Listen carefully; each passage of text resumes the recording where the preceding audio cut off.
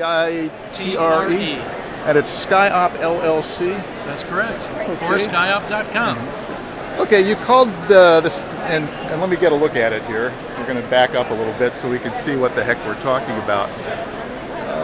This is essentially a small helicopter, an unmanned aerial vehicle, a UAV. You don't like the term drone. Why is that? You were just telling. Well, I think drone has too many negative connotations. People think of military applications, dropping bombs on people. These are good drones. These are actually all about doing very positive things. I think of them as aerial robots. What we do is we fly, we shoot photography and videos that can be used in a whole host of applications. It can include things like real estate.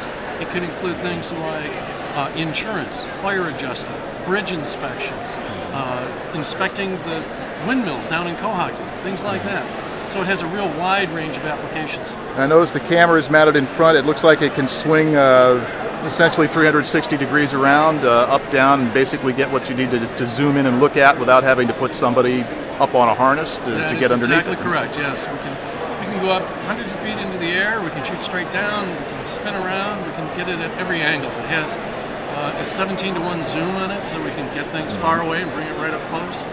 Yeah, as a guy used to be in broadcasting, we used to have to deal with tower inspections. I can see some of the applications of that. Absolutely. These things are very new, but who do you get interest from?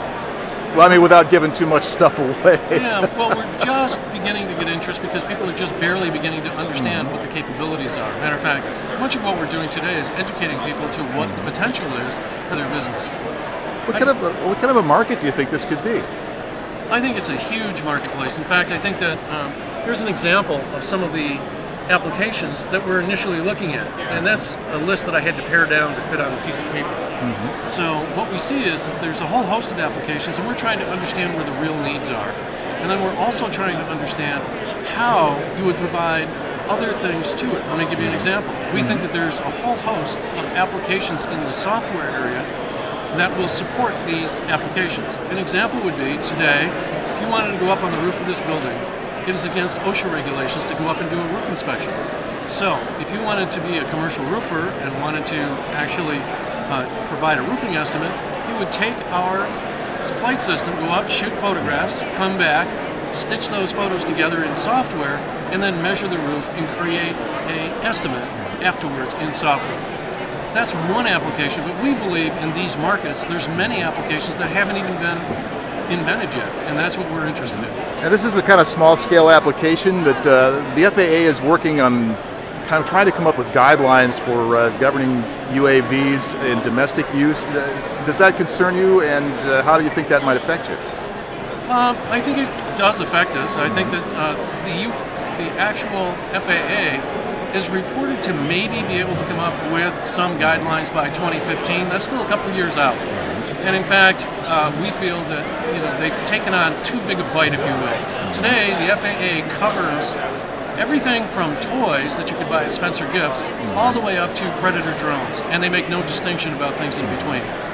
We feel that we can fly by guidelines that they've already put out that would be under 400 feet, within line of sight, not within controlled airspace, and we fly basically just the length of our battery. A battery like this would give you a flight time of approximately 14 to 15 minutes.